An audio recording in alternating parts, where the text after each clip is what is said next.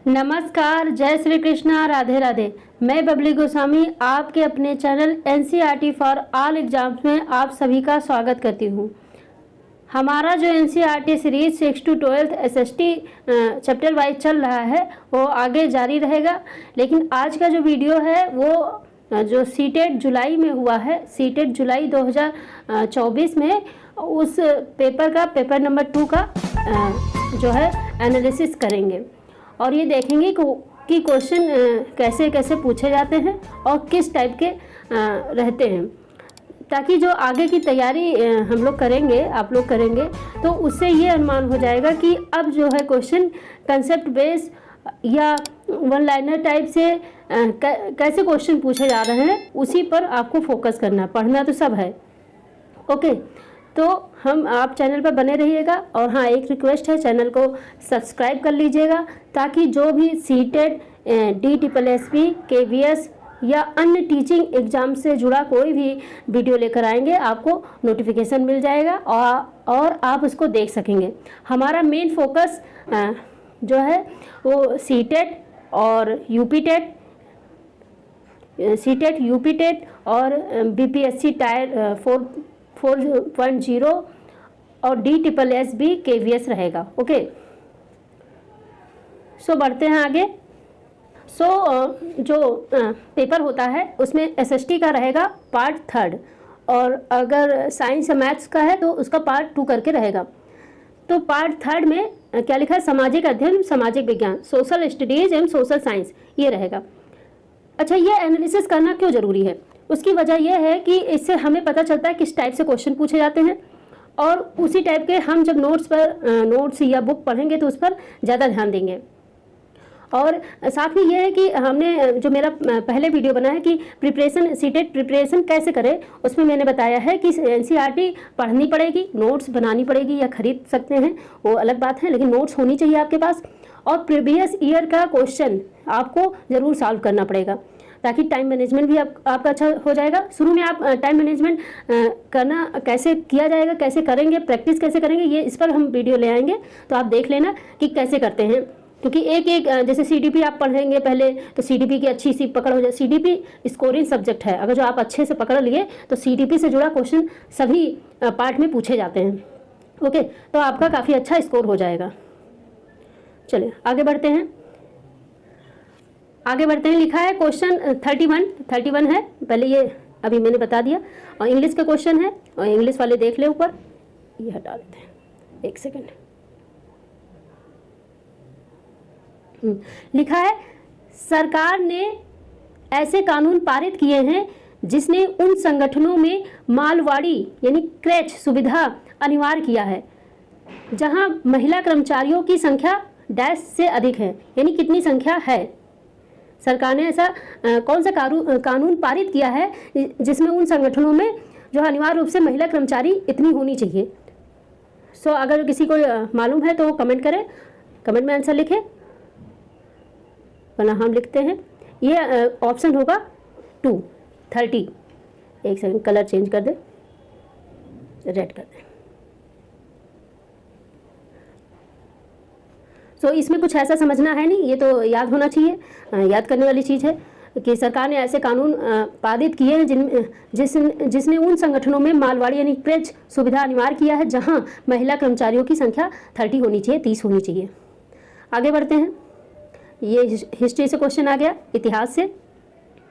चलिए इंग्लिश वालों को भी दिखे, ओके। यहाँ ऐसे क्वेश्चन है, आरंभिक वर्षों में भारतीय राष्ट्रीय कांग्रेस ने अंग्रेजों के खिलाफ बहुत सारे आर्थिक मुद्दे उठाए।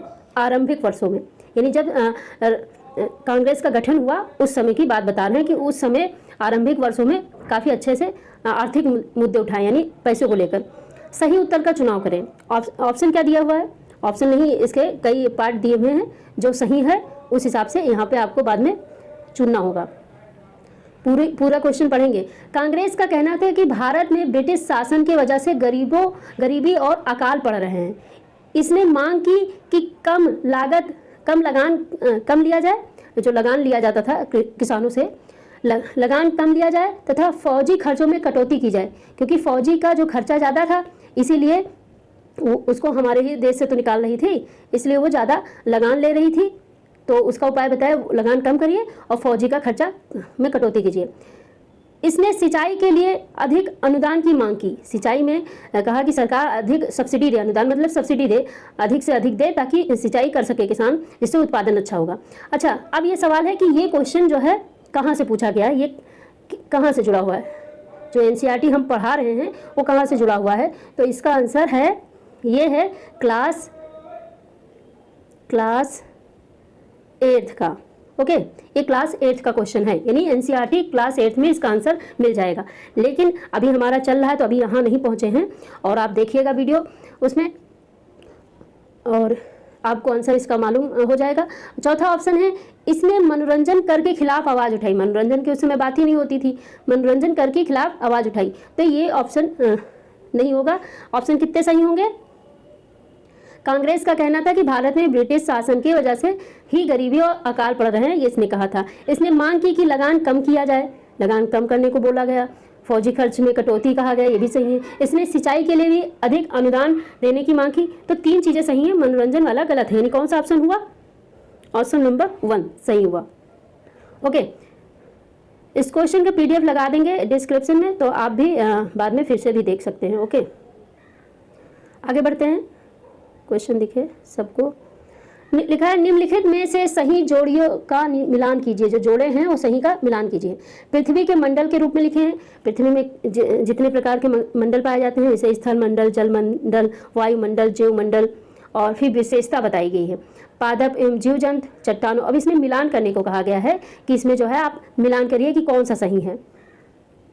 ओके, तो आप इसमें मिलान करिए। स्थल मंडल का क्या होगा? स्थल मंडल का क्या होगा? स्थल मंडल में क्या पाया जाता है? चलिए, स्थल मंडल में पाया जाता है चट्टानों एवं खनिजों से बना हुआ।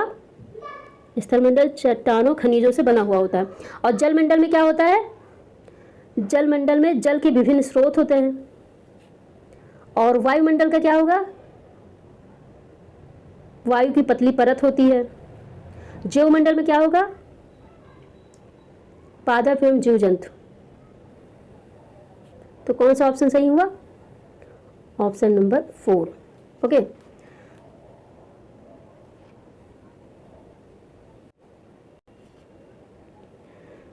ये हो गया 33। आगे बढ़ते हैं।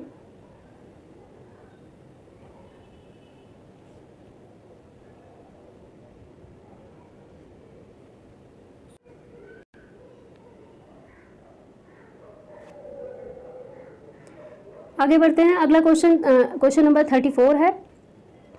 34 में बताया गया है, क्वेश्चन पूछा गया है, निम्नलिखित में से कौन सा कथन अशोक के धम्म के विषय में सही है? धम्म का अर्थ होता है, धम्म का अर्थ होता है धर्म। प्रकृति में धर्म को धम्म बोलते हैं। और ये बता दें, ये किस क्लास का है? ये है क्लास 6 का।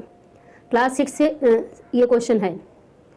और जिसने नहीं देखा है, प्लेलिस्ट में जाके, मेरे चैनल की प्लेलिस्ट में जाके क्लास 6, 7, 8 तीनों का मैंने अलग अलग बना दिया है, उसमें जाके आप क्लास ले सकते हैं, पढ़ सकते हैं।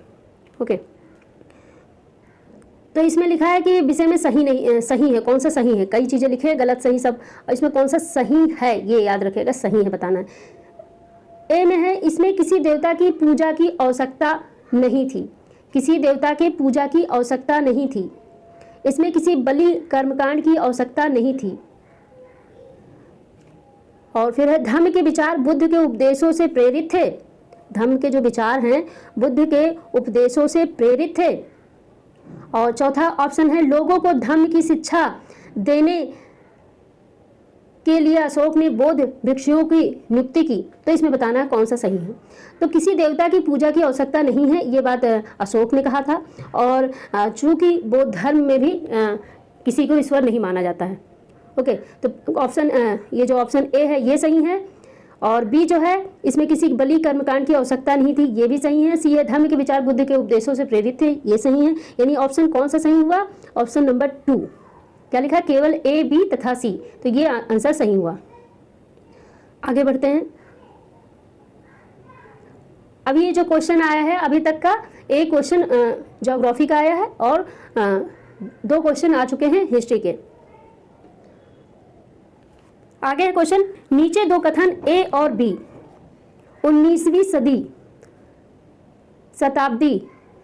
शताब्दी में चमड़े का काम करने वाले के संदर्भ में है। चमड़े का काम करने वाले के संदर्भ में है, तो ये याद रखना एक पॉइंट। 19वीं सदी, और हमने अपने जब हिस्ट्री पढ़ा रहे थे तो क्या बताओ 19वीं सदी यानी एक कम कर दो, 19 से एक कम कर दो यानी 1800 समथिंग की बात हो रही है।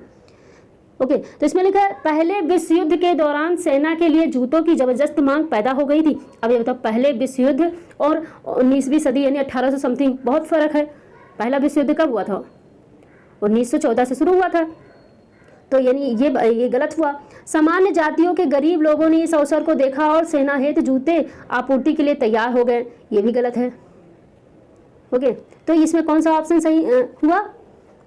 35 में 35 क्वेश्चन है, क्वेश्चन नंबर 35 ए सही है लेकिन बी गलत। ए सही है लेकिन बी गलत।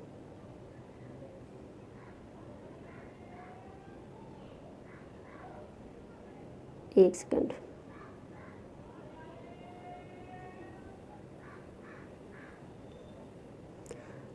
अब आगे बढ़ते हैं क्वेश्चन नंबर 35 में। क्वेश्चन नंबर 35 क्या कह रहा है कि नीचे 2 कथन ए और बी 19वीं शताब्दी में चमड़े का काम करने वालों के संदर्भ में है। पहले विश्व युद्ध के दौरान सेना के लिए जूतों की जबरदस्त मांग पैदा हो गई थी। जूते की मांग ज़्यादा पहले विश्व युद्ध में पैदा हो गई थी, बात सही है, क्योंकि युद्ध के समय सेना तो जूता ही पहनती है, ज़्यादा काम होता है, ज़्यादा सेना भर्ती होती है। ओके, तो ये सही है। और फिर लिखा है सामान्य जातियों के गरीब लोगों ने इस अवसर को देखा और सेना हेतु जूते आपूर्ति के लिए तैयार हो गए। सामान्य जाति यानी सामान्य जाति के गरीब लोगों ने देखा, तो ये गलत है। और लॉजिकली देखा जाए या हिस्ट्री में जो आपने पढ़ा है वो देखा है कि उस समय के जो सामान्य जातियाँ थी वो इन कामों में नहीं लगी रहती थी। ओके, तो ऑप्शन कौन सा सही हुआ? 1 पहला सही हुआ, क्योंकि ए सही है लेकिन बी गलत, ये वाला सही हुआ। अब 36 पर आते हैं, आगे बढ़ते हैं। एक सेकंड, क्वेश्चन नंबर 36। अच्छा, ये बता दें ये क्वेश्चन कहाँ से आया है, ये किस क्लास से पूछा गया है? तो ये जो पूछा गया है ये दो क्लास से मिला के समझ लो पूछा गया है। क्लास 8th और क्लास 7th, इसमें जातियों को लेकर बात कही गई है और युद्ध की बात हो रही है, इसलिए आगे बढ़ते हैं। ये क्वेश्चन है 36। इसमें मुगल राजस्व व्यवस्था जिसमें हर फसल के लिए राजस्व दर की अलग सूची बनाई गई उसे कहते हैं। मुगल की बात हो रही है, तो मुगल जो है वो क्लास 7th में, क्लास 7th का है। और ये क्लास 7th का चैप्टर नंबर 5-6 के करीब यही है, ऐसे कुछ याद, चैप्टर नंबर याद नहीं है, लेकिन क्लास ये 7th क्लास में ये क्वेश्चन का आंसर आपको मिल जाएगा। वैसे यहाँ तो बता ही रहे हैं, लेकिन ये क्लास 7 से लिया गया है ये क्वेश्चन। मुगल राजस्व व्यवस्था जिसमें हर फसल के लिए राजस्व दर की अलग सूची बनाई गई, ये था जब्त। जब्त में क्या था कि हर फसल के लिए एक सूची बना दी गई थी और हर फसल के लिए अलग अलग कर की व्यवस्था की गई थी। आगे बढ़ते हैं। अब क्वेश्चन नंबर 7 है, क्वेश्चन नंबर 37 है। लिखा है पृथ्वी की, ये है ज्योग्राफी से क्वेश्चन, पृथ्वी की शैलें वे शैलें जो पृथ्वी के निर्माण के 30 करोड़ वर्ष पश्चात बने हैं। अच्छा, जो अभी मेरी क्लास कंप्लीट हुई है वो 6 to 8 हिस्ट्री हुई है सोशल साइंस का, ज्योग्राफी अभी नहीं पढ़ाए हैं और वो भी पढ़ाएंगे, तो एक बार फिर से एनालिसिस करेंगे कि देखो अभी तक तो हिस्ट्री से ज़्यादा क्वेश्चन आए हैं अभी तक जो हम लोग पढ़े हैं। ओके, फिर आगे देखते हैं कि किससे ज़्यादा पूछे गए। तो इसमें लिखा है पृथ्वी, ये ज्योग्राफी से जुड़ा क्वेश्चन है। अच्छा, मैंने जब फर्स्ट टाइम सीटेट दिया था तो ज्योग्राफी से भर के क्वेश्चन थे। कई बार ये भी होता है कि एक ही सब्जेक्ट से बहुत ज़्यादा क्वेश्चन आ जाते हैं। पृथ्वी की शैलें वे शैलें जो पृथ्वी के निर्माण के 30 करोड़ वर्ष पश्चात बने हैं, पृथ्वी के निर्माण हो गया उसके जो है 30 करोड़ वर्ष के बाद जो है वो शैलें बनी हैं, तो वो पूछा जा रहा है कि कौन सा है। तो ये बताते हैं, ये है ऑप्शन नंबर 4, पश्चिमी ऑस्ट्रेलिया में स्थित। पश्चिमी ऑस्ट्रेलिया में स्थित है, वो शैलें कहाँ है? पश्चिमी ऑस्ट्रेलिया में स्थित है। आगे बढ़ते हैं, क्वेश्चन नंबर 38 लिखा है कि स्तंभ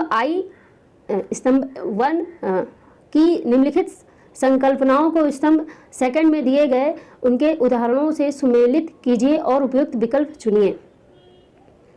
अच्छा, इंग्लिश वाले क्वेश्चन हिंदी वाले ही देख लीजिए, फिर बाद में इंग्लिश में PDF में आप देख लीजिएगा, क्योंकि दोनों एक साथ दिखा रहे हैं तो आधा आधा दिख रहा है। ओके, तो थोड़ा एडजस्ट कर लेना इंग्लिश वाले। संकल्पनाएं उदाहरण लिखा है, संकल्पनाएं और उदाहरण। इसमें लिखा है भेदभाव, असमानता, रूढ़िवादिता। ये जो क्वेश्चन है ये हिस्ट्री का है क्वेश्चन। एच लिख देते हैं, एक ही वर्ड लिखेंगे एच, हिस्ट्री का क्वेश्चन है। भेदभाव, असमानता, रूढ़िवादिता। तो इसमें जो भेदभाव है उसका कौन सा ऑप्शन होगा? उसका होगा महिला को रोजगार की अनुमति नहीं है क्योंकि वह परिवार शुरू कर रही है, वह गर्भवती है। ये इसमें मिलाया जाएगा भेदभाव। तो भेदभाव में जो ऑप्शन दिया है वही तो मिलान किया जाएगा। तो इसका एक ऑप्शन होगा महिला को रोजगार की अनुमति नहीं है क्योंकि वह परिवार शुरू कर रही है, वह गर्भवती है, इसलिए। असमानता बी है, असमानता। तो असमानता के क्या होगा? समान कार्य के लिए अलग वेतन। तो असमानता का उदाहरण ये हो गया, समान कार्य हो रहा है, जैसे स्त्री पुरुष उस समय दोनों एक ही काम कर रहे हैं, लेकिन दोनों को अलग अलग वेतन दिया जाता था, स्त्रियों को कम दिया जाता था। रूढ़िवादिता तीसरा है, रूढ़िवादिता। तो रूढ़िवादिता क्या है कि लड़कियां खाना बनाने भोजन पकाने में अच्छी हैं, लड़कियां खाना बनाने भोजन पकाने में अच्छी हैं, मतलब यही रूढ़िवादिता वो हुआ कि इसी में ये अच्छी हैं। पूर्व धारणा, ये रूढ़िवादिता, ये क्वेश्चन जहाँ तक CDP से जुड़ा हुआ आ गया है, CDP से रिलेटेड ये क्वेश्चन है। पूर्व धारणा, पूर्व धारणा का क्या है? ग्रामवासी अंधविश्वासी है। आप किसी के लिए अगर एक धारणा ही बना लो कि हाँ ये ऐसे ही है, तो भैया उसका तो कुछ नहीं हो सकता। तो ये पूर्व धारणा का उदाहरण सबसे अच्छा इन्होंने दिया है कि सबसे अच्छा है, उदाहरण सही है, ग्रामवासी अंधविश्वासी है। ऐसा जरूरी तो है नहीं कि ग्रामवासी अंधविश्वासी है, तो इस हिसाब से ऑप्शन 2 हुआ इसका आंसर। आगे बढ़ेंगे, आगे है क्वेश्चन नंबर 39 है। तो इसमें लिखा है निम्नलिखित में से कौन से युग में सही सुमेलित है। अच्छा, ये हम बता दें कि ये किससे क्वेश्चन जुड़ा हुआ है, किस सब्जेक्ट से, तो ये है CDP का, ये CDP का है। ओके, आगे चलते हैं 39, क्वेश्चन नंबर 39। इसमें है कि फसल का नाम दिया है, फिर लिखा है सुमेलित करना यानी मिलाना है, आवश्यक जलवायवीय दशा। अब इसमें है कि कॉफ़ी यानी कैसा जल चाहिए इनको, इसलिए चाय कॉफ़ी को लेकर लिखा है। कॉफ़ी ठंडी और शुष्क जलवायु में लगती है या गर्म जलवायु और उच्च वर्षा में होती है। चाय गर्म जलवायु और उच्च वर्षा में होती है, ठंडी और शुष्क जलवायु में होती है। तो इसमें क्या है कि इसमें कोई भी ऑप्शन सही नहीं है। इसमें कौन सा ऑप्शन रहेगा? ये, ना तो A और ना ही B, यानी जो इन्होंने दिया सुमेलित में ये दोनों ही नहीं मिल रहे हैं, इससे कोई नहीं मिल रहा है। ओके, कोई किसी से नहीं मिल रहा है, तो ना तो A और ना ही B सही है जो इन्होंने क्वेश्चन दिया है मिलाने को। अब अगला क्वेश्चन है 40, क्वेश्चन नंबर 40। अच्छा, ये मैंने ये क्वेश्चन किससे है ये भी बता दें। ये क्वेश्चन G यानी ज्योग्राफी से जुड़ा है। आगे बढ़ते हैं, क्वेश्चन नंबर 40 में क्या है कि भूतपूर्व रियासत, यानी हिस्ट्री से क्वेश्चन आ गया, रियासत की बात हुई। भूतपूर्व रियासत श्रेणी लागू थी। भूतपूर्व रियासत यानी भूतपूर्व यानी पहले ये रियासत थे, ये चीज़ रियासत में थी। रियासत जो आज राज्य बोलते हैं उसको रियासत बोलते हैं थे, उसमें रियासत बोला जाता। राजा, जहाँ पे राजा नवाब ये लोग सर्वोच्च होते थे, तो इसमें लागू थी। इसमें कई लिखा है, कई 1 2 3 करके कई क्वेश्चन लिख दिया गया है, पूछा जा रहा है कि कौन सा सही है साइलेंट में। तो 1956 के बाद जब उन्हें प्रशासनिक इकाइयों के रूप में सुरक्षित नहीं रखा गया, तो क्या उनको, तो ये बता रहे हैं भूतपूर्व रियासत श्रेणी यानी उनको एक कैटेगरी दी गई, तो ये गलत है, ये नहीं है। किसी पर भी नहीं, कोई भारत में ऐसी कोई श्रेणी विद्यमान नहीं थी, ये भी गलत है। स्वतंत्रता के समय केवल 1947-48 के आसपास, नहीं, भूतपूर्व रियासत, ये भी नहीं सही है, तो कट का निशान बना दे। 1947-48 और 1956 के बीच जब उन्हें प्रशासनिक इकाइयों के रूप में मान्यता मिली, ये ऑप्शन सही है। 1947 से 48 यानी इन सालों के बीच, और 1956 के बीच जब उन्हें प्रशासनिक इकाइयों के रूप में मान्यता मिल गई थी, यानी भूतपूर्व रियासत श्रेणी मान ली गई थी, तो ऑप्शन नंबर 4 सही होगा। अब आगे बढ़ते हैं। आगे है क्वेश्चन नंबर 41। 41 में क्या है? अतीत में व्यक्तियों व वस्तुओं के संदर्भ में निम्नलिखित का मिलान कीजिए और उपयुक्त विकल्प का चुनाव कीजिए। लिखा है बेरीगाजा श्रेणी, अरेटाइन पात्र, ग्रहपति, ये सारे नाम जो है आप हिस्ट्री में, ये हिस्ट्री से जुड़ा क्वेश्चन है।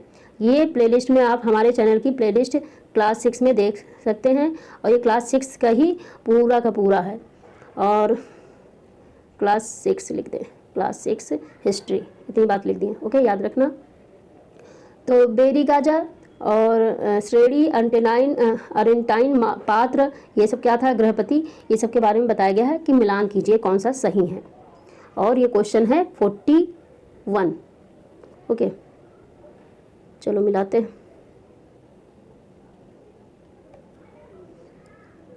क्वेश्चन इसका है बेरीगाजा, बेरीगाजा का होगा भरूच, आज जो इसका नाम भरूच बोला जाता है। श्रेणी, श्रेणी का क्या होगा? शिल्पकारों तथा व्यापारियों के संघ, जो शिल्पकार होते थे और व्यापारियों के संघ होते थे, उनको श्रेणी बोलते थे। अरेटाइन पात्र, ये क्या होता था? अरेटाइन पात्र ये होता था मुहर लगे लाल चमकदार बर्तन। अरेटाइन पात्र मुहर लगे लाल चमकदार बर्तन होते थे। गृहपति, गृहपति जो है किसको बोलते थे? जो लास्ट बचा वही होगा गृहपति। तीसरा स्वतंत्र कृषक, जो स्वतंत्र कृषक होते थे, किसान होते थे, वो गृहपति कहलाते थे। तो ऑप्शन नंबर कौन सा हो गया सही? 3rd, ऑप्शन नंबर 3rd सही है। और ये बता ही दिया है कि हिस्ट्री क्लास 6 का से ये क्वेश्चन लिया गया है। आगे बढ़ते हैं। आगे है क्वेश्चन नंबर 42। क्वेश्चन नंबर 42 लिखा है इतिहास की गुण लिपि का अर्थ निकालने लिखने में पुरातत्वविद एक महत्वपूर्ण भूमिका निभाते हैं। निम्नलिखित में से उनके काम की प्रकृति के बारे में कौन सा सही नहीं है? यानी इस गुणलिपि का अर्थ जो निकालते हैं इतिहासकार पढ़ के, तो कौन से काम की प्रकृति के बारे में कौन सा सही नहीं है, ये बताए लिखा है कि बताइए कि कौन सा तरीका सही नहीं है। जानवरों, पक्षियों, मछलियों की हड्डी ढूंढना, ये भी क्लास 6 का है। क्लास 6 हिस्ट्री से ही ज़्यादा पूछेंगे भी। कई बार होता है, जैसे अब फर्स्ट टाइम जब मेरा हुआ था 2022 में मैंने दिया था और उसी टाइम निकल भी गया था, तो उसमें ज्योग्राफी से ज़्यादा क्वेश्चन भर भर के पूछे गए थे। जानवरों, पक्षियों, मछलियों की हड्डियां ढूंढना, उससे वो ये पता करते हैं, ये हमने पढ़ाया हुआ है। लिखित सामग्री लेखों की जांच, ये बता रहे हैं, इसके जरिए वो पता करते हैं। भवनों, चित्रों एवं मूर्तियों के अवशेषों का अध्ययन करके औजारों, हथियारों, बर्तनों, पेन आदि की प्राप्ति के लिए छानबीन और खुदाई के जरिए करते हैं, ये कहा गया है। तो इसमें ये सारी बातें सही हैं कि ऐसे पता करते हैं कि पुरातत्वविद की क्या हुआ था। लेकिन क्वेश्चन को फिर से ध्यान से देखिएगा, क्वेश्चन में क्या लिखा है? इतिहास की गुण लिपि का अर्थ निकालने लिखने में पुरातत्वविद एक महत्वपूर्ण भूमिका निभाते हैं। निम्नलिखित में से उनके काम की प्रकृति के बारे में कौन सा सही नहीं है? तो सही नहीं बताना है तो है लिखित सामग्री की जांच, वो ये जांच नहीं करते हैं। आगे बढ़ते हैं। तो ये मैंने बता दिया किस क्लास का है। और आगे है क्वेश्चन नंबर 43। क्वेश्चन नंबर 43 में क्या है? ये हिंदी का आ जाए, ये एक सेकंड। भारत में केंद्रीय सरकार कार्यालयों के खुलने का समय सुबह के 9 बजे IST यानी भारतीय मानक समय है।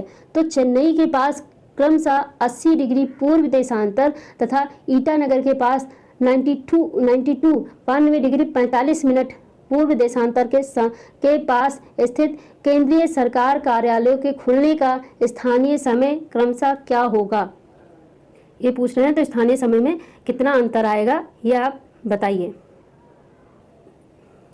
Question number 43। तो आप इसको देख लीजिए, समझ लिया होगा और अब हम बताते हैं। इसका आंसर होगा 1। कैसे? क्रमशः सुबह के 8:50 तथा सुबह के 9:41 बजे, यानी दोनों में ये अंतर होगा, ये बताया जा रहा है। अब ये क्वेश्चन हुआ किससे? रीजनिंग से या ज्योग्राफी से भी जुड़ा जाएगा। चलिए जी से आगे बढ़ते हैं। 44 अगला क्वेश्चन है 44। 19वीं सदी के औपनिवेशिक भारत में लड़कियों को घर पर ही पढ़ाया जाता था क्योंकि, चलो ये हिस्ट्री का क्वेश्चन है, औपनिवेशिक जैसे आया। अब ये कहाँ से पूछा गया है ये बताते हैं, किस क्लास से। उसका कोई मायने वैसे नहीं रहता है किस क्लास से है, क्योंकि 6 to 8 तो पढ़ना पड़ेगा पेपर 2 के लिए। वे पढ़ाई के साथ साथ घरेलू काम भी कर सकें, ये बताया जा रहा है। क्वेश्चन है 19वीं सदी यानी कि 19वीं बोला गया तो एक कम कर दिया 1800 समथिंग के औपनिवेशिक भारत में औपनिवेशी क्या होता है, औपनिवेशीकरण क्या होता है, ये सारा हम लोग पढ़ चुके हैं क्लास 8 में। तो ये जो है क्लास 8 से जुड़ा क्वेश्चन है। ओके, तो लिखा है लड़कियों के पास घर पर ही पढ़ाया जाता था क्योंकि वे पढ़ाई के साथ साथ घरेलू काम भी कर सकें। लोग मानते थे कि सार्वजनिक स्थानों पर जाने से वे बिगड़ जाएंगी। लोग अपने संबंधियों एवं मित्रों से उनकी शिक्षा के तथ्य छुपाना चाहते थे। ये ऑप्शन बोला गया है कि क्या ये सही है? तो इसमें ये लिखा है कि वे पढ़ाई के साथ साथ घरेलू काम भी कर सके। ये बात सही, घरेलू काम पहले करवाते थे क्योंकि काम करा ले बाद में तो चली ही जाएगी, तो समझ लोग बिना मेहनताना के काम करा ले अच्छे से, ताकि हमको विदा करने में देने में कोई दिक्कत न हो। खैर ये तो अलग बात है।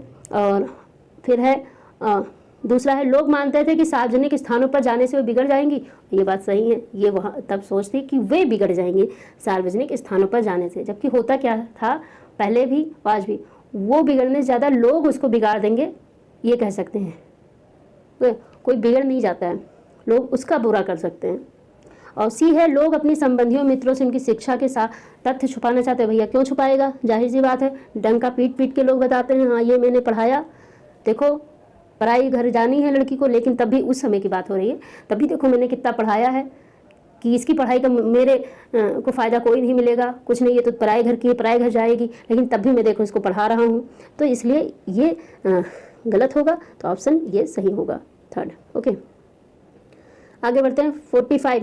देखो कुछ पढ़ाई तो किया ही जाता है, वो ज़रूरी है, और कुछ क्वेश्चन कॉमन सेंस पर भी लग जाता है, उसका सही हो जाता है आंसर। जैसे ये है, ये क्वेश्चन एक कॉमन सेंस पर था। अगर जो आप हिस्ट्री पढ़े हो तो उस समय के लोगों की मानसिकता पता हो तो आप जो है इसको कर सकते थे। अगर आप ना भी पता हो, डायरेक्ट इसका आंसर कहीं नहीं है, लेकिन एक कॉमन सेंस बेस है। जो आप हिस्ट्री पढ़े हो उस समय की सामाजिक स्थिति पता होती है, तो जिनको भी सामाजिक स्थिति पता होती है तो उस समाज से जुड़ा जो भी क्वेश्चन पूछा जाता है उसको कर लेता है। आगे क्वेश्चन नंबर 45। इसके बारे में पढ़ते हैं। निम्नलिखित में से कौन सा ग्राम भोजक के लिए सही नहीं है? अच्छा, ये हिस्ट्री का क्वेश्चन है और कहाँ से है? ये भी है क्लास 6 का है और हिस्ट्री से क्वेश्चन है। लिखा है ग्राम भोजक के लिए सही नहीं है। तो एक है गांव का कर वसूलने का काम राजा अक्सर इन्हें ही सौंप देते थे, ये बात सही है। ये न्यायाधीश और पुलिस का काम नहीं करते थे, ये न्यायाधीश और पुलिस का काम नहीं करते थे, ये गलत है, ये करते थे न्यायाधीश और पुलिसिया काम। अक्सर एक ही परिवार के लोग इस पद पर, अच्छा ये गांव का कर वसूलने का काम राजा अक्सर इन्हें ही सौंप देते थे, ये गलत है। एक सेकंड, निम्नलिखित में से कौन सा ग्राम भोजक के लिए सही नहीं है? तो गांव का कर वसूल का काम राजा इनको देते थे, ये सही है। ये न्यायाधीश और पुलिस का काम नहीं करते थे, लिखा नहीं, अगर जो कहते करते थे तो ये सही होता। देखो यही ध्यान देना रहता, नहीं लिखा है ना, और यहाँ पे नहीं, ये न्यायाधीश और पुलिस का काम करते थे, अगर ये होता तो ये सही होता, लेकिन नहीं है तो ये ऑप्शन सही होगा। यहाँ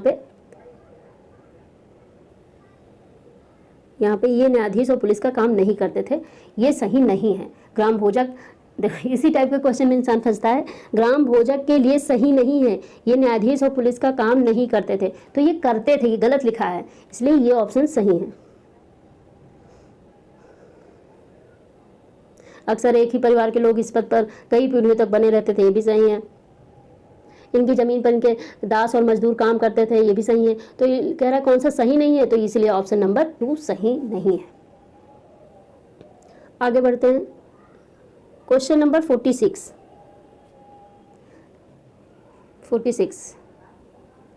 लिखा है, नीचे दो कथन ए और बी श्री नारायण गुरु के संदर्भ में है। ए और बी दो कथन हैं, कथन मतलब स्टेटमेंट। उनके अनुसार सारी मानवता की एक ही जात है। श्री नारायण गुरु कौन था, इनके बारे में ये आप ईश्वर से अनुराग वाले में पढ़े होंगे, जो लेसन है, ये क्लास हिस्ट्री का क्लास 7th में ये है।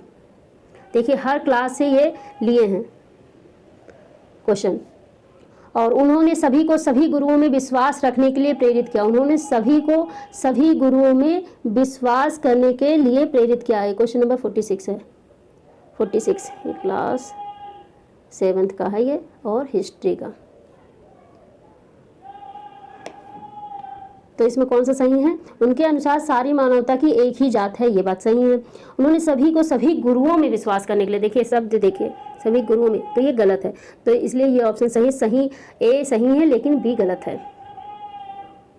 आगे बढ़ते हैं हम लोग, क्वेश्चन नंबर 47 क्वेश्चन नंबर 47 सब्जियां बेच रहे हैं।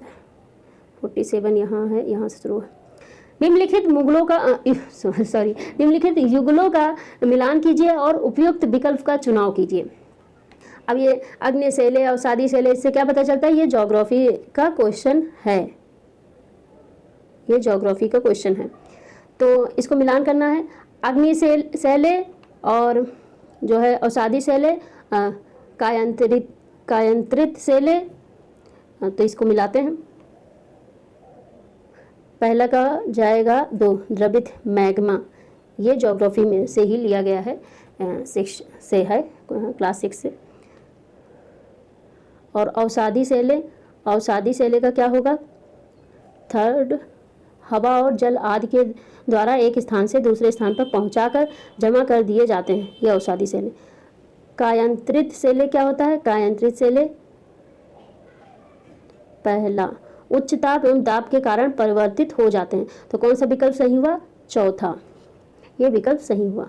आगे बढ़ते हैं, आगे है 48 क्वेश्चन नंबर 48 का क्या होगा? लिखा है, ये भी ज्योग्राफी का ही क्वेश्चन है और ये अक्सर सब में पूछा जाता है।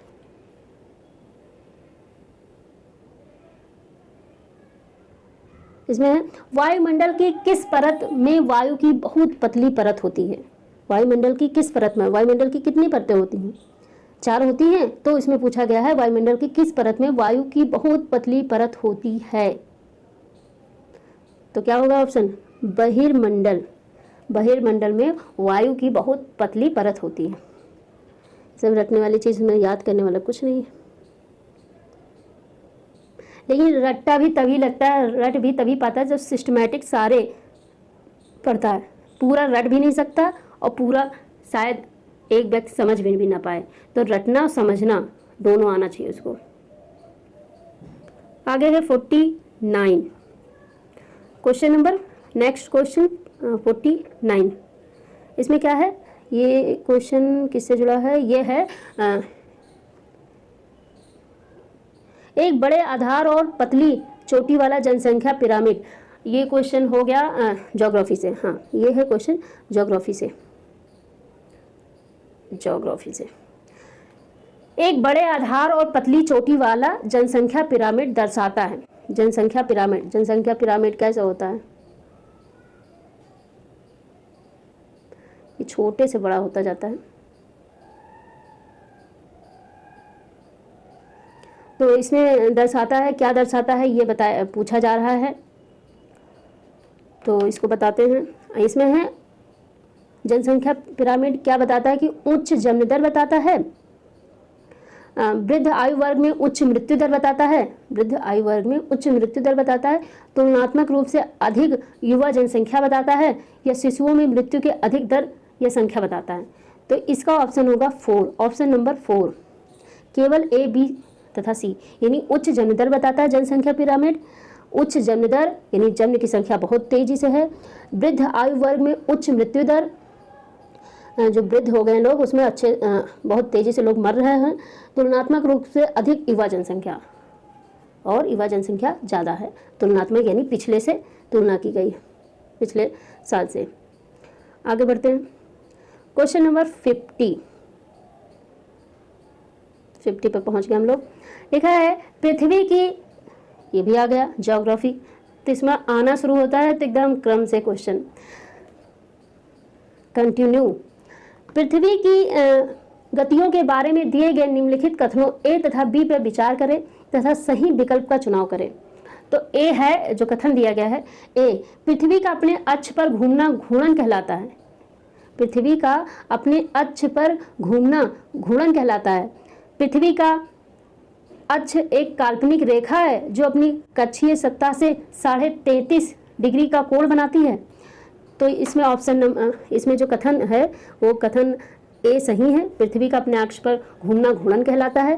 पृथ्वी का अक्ष एक काल्पनिक रेखा है जो अपनी अक्षीय सत्ता से 33.5 का कोण बनाती है, गलत है। तो कौन सा ऑप्शन सही हुआ? ऑप्शन नंबर 3, केवल ए सही है। ओके, अब आगे बढ़ते हैं। वीडियो थोड़ी लॉन्ग हो सकती है, आप देख लीजिएगा या 2 बार में देख लेना। लेकिन आज एसएसटी का, फिर 1 सेकंड वीडियो बनाएंगे, सीडीपी का, फिर लैंग्वेज का, ऐसे करके बनाएंगे, एक साथ बनाएंगे और लंबा हो जाएगा, इसलिए सब्जेक्ट वाइज वीडियो जो प्रीवियस ईयर का क्वेश्चन पूछा गया उस पर बना रहे हैं। लिखा है निम्नलिखित में से कौन सा कथन 12वीं सदी की मंदिर निर्माण में प्रयुक्त शिल्प विज्ञान तकनीक के विकास के बारे में सही है? क्वेश्चन नंबर 51 में पूछा जा रहा है कि 12वीं सदी की मंदिर निर्माण, 12वीं एक कम कर यानी 1100 समथिंग के बीच की बात हो रही है, प्रयुक्त शिल्प विज्ञान तकनीक के विकास के बारे में सही है। कौन सा कथन सही है? तो कथन ए है, अधिसंरचना का भार शिखरों पर डाल दिया जाता था। दूसरा है, निर्माण में बलुआ पत्थर व पत्थर के छोटे टुकड़ों के मिश्रण का तेजी से प्रयोग होने लगा, ये कहा जा रहा है। तो इसका ऑप्शन होगा 2 ऑप्शन होगा। कैसे, ये समझते हैं। ए और बी दोनों सही नहीं है, इसलिए क्योंकि अभिसंरचना का भार शिखरों पर डाल दिया जाता है। शिखर मतलब जो ऊपर गुंबद टाइप का होता है उस पर बता रहे हैं, तो ये गलत है, पूरा भार कहाँ उस पर हो जाएगा। और दूसरा है बलुआ पत्थर, पत्थर के छोटे टुकड़ों के मिश्रण, तो बलुआ पत्थर का इस्तेमाल नहीं होता था, एक अच्छे पत्थर का इस्तेमाल होता था। आगे बढ़ते हैं। 52, क्वेश्चन नंबर 52, ये आ गया हिस्ट्री पर। फिर अच्छा, ये बताया नहीं मैंने किससे क्वेश्चन जुड़ा है, तो ये है हिस्ट्री से, हिस्ट्री। आगे बढ़ते हैं 52 में, ये क्वेश्चन है हिस्ट्री का। निम्नलिखित में से कौन केसरी नामक अखबार जो ब्रिटिश शासन का कट्टर आलोचक बन गया था का संपादक था? देखो संपादक पूछ लिया जाता है, कौन संपादक था, और ये सारा एनसीईआरटी बता चुका है, तो अलग से कुछ पढ़ने की ज़रूरत ही नहीं है। तो केसरी का, इसलिए इनको उपाधि भी दी गई थी, बाल गंगाधर तिलक। ओके, केसरी नामक अखबार को ब्रिटिश शासन का कट्टर आलोचक कहा जाता था। उस समय आलोचना करना आसान नहीं था। कांग्रेस तो ऐसे, खैर आप हिस्ट्री में पढ़ेंगे ही। अमेजन बेसिन के बारे में निम्नलिखित में से कौन से कथन सही है? अमेजन बेसिन के बारे में निम्नलिखित में से कौन से कथन सही है? तो ये अमेजन बेसिन, अमेजन नदी है, उसी पर ये अमेजन कंपनी बनी है, उसी पर नामकरण उसका किया गया है। ओके, एक सेकंड, क्वेश्चन नंबर 53। तो क्वेश्चन नंबर 53 का कौन सा ऑप्शन सही है? लिखा है पूरे वर्ष यहाँ गर्म और नर्म जलवायु रहती है, गर्म और नम जलवायु रहती है। यहाँ लोग कर्तन व दहन कृषि करते हैं, लोग मुख्यतः धान उगाते हैं।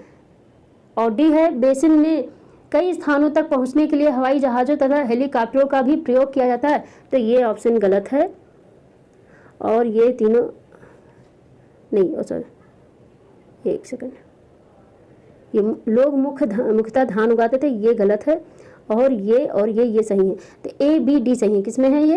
ए बी डी, केवल ए बी डी। यानी पूरे वर्ष यहाँ गर्म और नम जलवायु भी रहती है, कर्तन व दहन की खेती करते हैं और बेसिन में कई स्थानों तक पहुँचने के लिए हवाई जहाज़ों तथा हेलीकॉप्टरों का भी प्रयोग किया जाता है।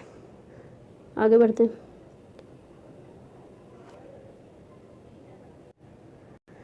नेक्स्ट क्वेश्चन है, भारत के भौतिक मानचित्र में यदि आपको दक्कन के पठार को पहचानना है तो यह किस रंग से दर्शाया गया होगा?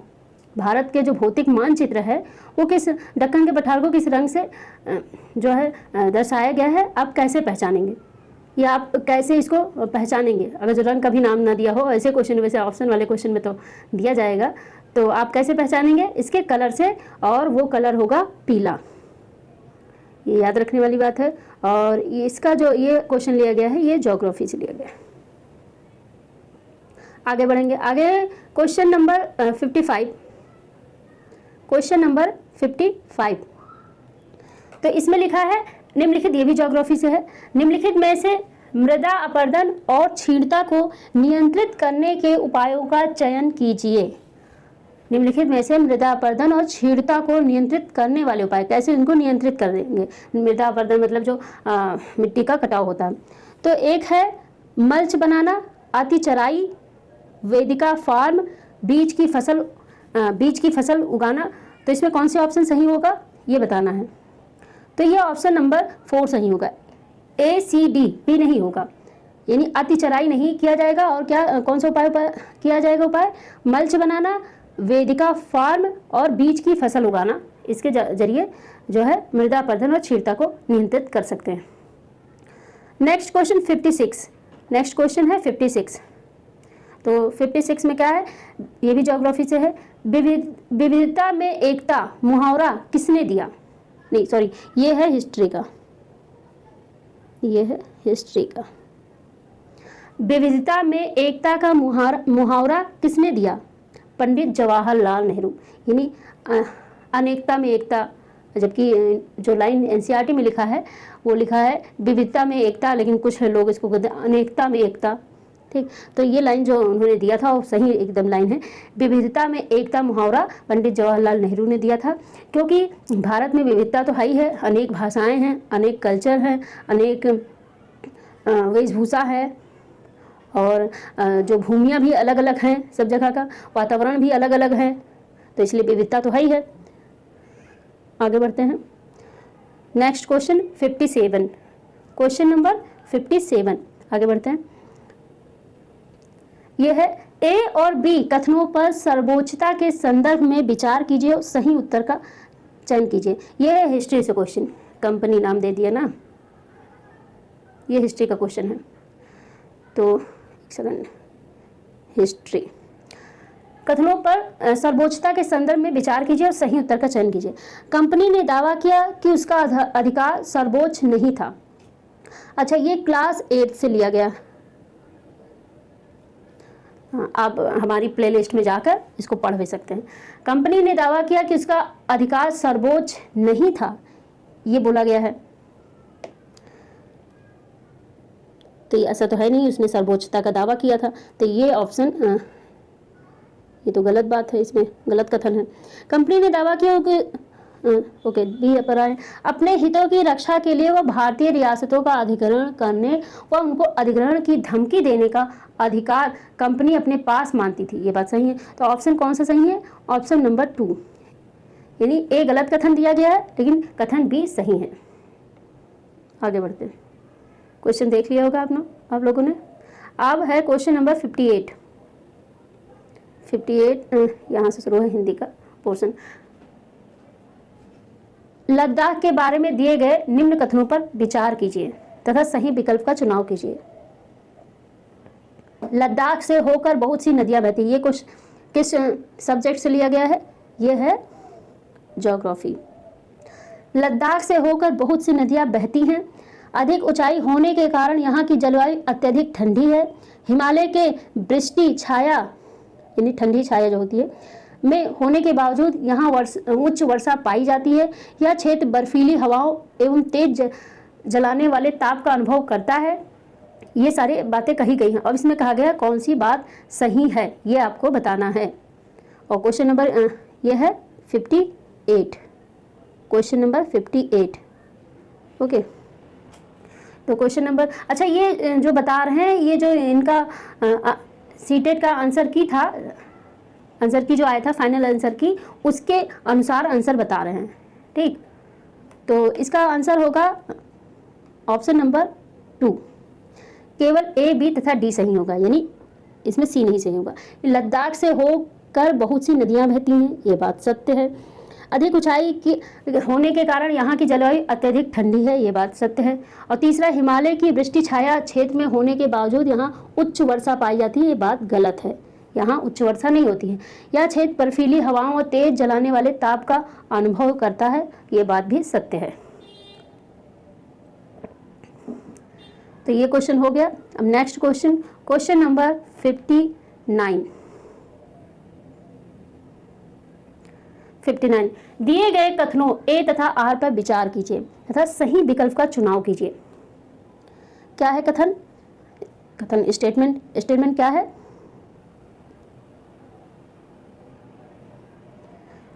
जो इस स्थान ग्रीनिच के पश्चिम में है, ये भी ज्योग्राफी से क्वेश्चन है।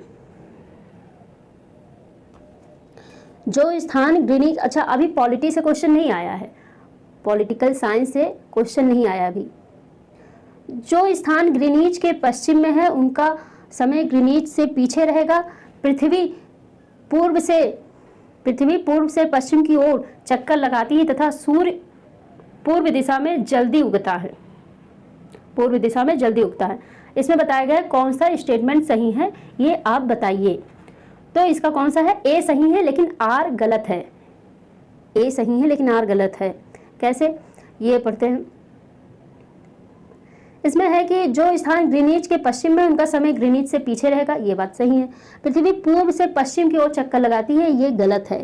पूर्व से पश्चिम की ओर नहीं, इसका उल्टा होता है। तथा सूर्य पूर्व दिशा में जल्दी उगता है, ये बात जल्दी उगता है, ये गलत है। क्योंकि उगता नहीं है सूर्य, हमारी जो पृथ्वी है वो अपनी धुरी पर नाचती रहती है, इसलिए ऐसा होता है। आगे बढ़े। आगे है नेक्स्ट क्वेश्चन 60। नेक्स्ट क्वेश्चन 60 है। ये आ गया हिस्ट्री से। अकबर ने निम्नलिखित में से किन सरदारों को वतन जागीर दिया था? ये है क्लास 7 का, जिसका हमें क्लास याद रहता है, क्लास भी बता देते हैं। क्लास उतना नहीं याद रहता किस क्लास में, अंदाज़ा रहता है काफ़ी, जैसे 6-7 का काफ़ी अच्छे से। अकबर ने निम्नलिखित में से किन सरदारों को वतन जागीर दे दिया था? जीतने के बावजूद भी उनको दे दिया था। सिसोदिया राजपूत, इसमें समझना कुछ नहीं है। सिसोदिया राजपूत सब कुछ हार गए थे युद्ध में अकबर से, लेकिन तब भी उन्होंने वापस कर दिया था ससम्मान। उसकी रणनीति क्या थी? अकबर की रणनीति ये थी कि जो राजपूत हैं उनसे जो है हमें जो है दुश्मनी मोल नहीं लेना है, वरना हम कैसे फैलाएंगे। अब सब कुछ वापस कर दिया तो ऐसे थोड़ी ना वापस कर दिया, अपना एक निश्चित राजस्व मांगते थे, लेते थे, इस पर उन्होंने दे दिया सिसोदिया राजपूतों को, ताकि हमारा जो है जो विस्तार है वो अच्छे से बना रहे, विद्रोह ना हो पाए। ये क्लास 7th में है। आगे बढ़ते हैं। 61 नेक्स्ट क्वेश्चन 61। इसमें है सामाजिक विज्ञान में एक अच्छी तरह से तैयार किया हुआ पोर्टफोलियो को, सामाजिक विज्ञान में एक अच्छी तरह से तैयार किया हुआ पोर्टफोलियो को उद्देश्यपूर्ण व्यवस्थित होना चाहिए। ये कुछ बातें कही गई हैं। उद्देश्यपूर्ण व्यवस्थित होना चाहिए, विद्यार्थी के नियमित विद्यार्थी के नियमित कार्यों एवं गतिविधियों को दर्शाना चाहिए। पोर्टफोलियो आपने सीडीपी में पढ़ा होगा, पोर्टफोलियो में क्या जो है अंकन किया जाता है, किस चीज़ का रिकॉर्ड रखा जाता है, उसको लेकर ये कह रहे हैं कि क्या सामाजिक विज्ञान में एक अच्छी तरह से तैयार किया हुआ पोर्टफोलियो जो है उसमें एक छात्र का क्या क्या होना चाहिए, उद्देश्यपूर्ण व्यवस्थित होना चाहिए, विद्यार्थी के नियमित कार्यों गतिविधियों को दर्शाना चाहिए, मुख्यतः रिपोर्ट कार्ड बनाने पर केंद्रित होना चाहिए, विद्यार्थी के कार्यों का लंबे समय का संग्रह होना चाहिए। तो ऑप्शन नंबर इसमें है 2 सही, ए बी तथा डी, सी गलत है। रिपोर्ट कार्ड बनाने पर केंद्रित होना चाहिए, ऐसी शिक्षा की यहाँ पे ज़रूरत नहीं है। एनसीईआरटी और जो सीटेट है वो बता देता है। ये हो गया सीडीपी से क्वेश्चन। अभी 2 सीडीपी से आ चुके हैं, सीडीपी से रिलेटेड। आगे हम लोग बढ़ते हैं क्वेश्चन नंबर 62 में है कि सामाजिक विज्ञान यानी सोशल साइंस सामाजिक विज्ञान में परियोजना पद्धति में शामिल है, परियोजना पद्धति में शामिल है क्या? गतिविधि, चर्चा, प्रयोग, वर्णन। जो परियोजना पद्धति मेथड है, परियोजना को इंग्लिश में बोलते हैं प्रोजेक्ट मेथड में शामिल है गतिविधि, चर्चा, प्रयोग, वर्णन। तो इसमें क्या शामिल है? प्रयोग। एक सेकंड, सही विकल्प का चयन यानी कई बताने हैं, तो इसमें जो विकल्प नंबर 3ABC, एक सेकंड इसका पेन ले लें, ABC यानी गतिविधि, चर्चा और प्रयोग, वर्णन का इसमें नहीं है। यानी सामाजिक विज्ञान में परियोजना पद्धति में प्रोजेक्ट मेथड में गतिविधि, चर्चा और प्रयोग होना जरूरी है। नेक्स्ट क्वेश्चन 63, क्वेश्चन नंबर 63 देख लें। कथन ए, स्टेटमेंट ए, ग्रामीण क्षेत्रों में गैर कृषि गतिविधियों में निवेश ग्रामीण शहरी पलायन को कम कर सकता है। कथन है ग्रामीण क्षेत्रों में गैर कृषि गतिविधियों में निवेश यानी वहाँ पे फैक्ट्री लगा दो या कुछ ऐसा जो कृषि से जुड़ा ना हो, ग्रामीण शहरी पलायन को कम कर सकते हैं। गांव से शहर जो आ जा रहे हैं लोग छोड़ के, वो कम कर सकता है। और कथन है यार, एक विशिष्ट मौसम के दौरान पलायन में वृद्धि होती है जब ग्रामीण क्षेत्रों में कोई कृषि गतिविधियाँ नहीं हो रही हों। जब कोई कृषि गतिविधियाँ नहीं होती हैं तभी भीड़ होती है, ये कहा जा रहा है। ठीक, तो इसका कौन सा आंसर सही है?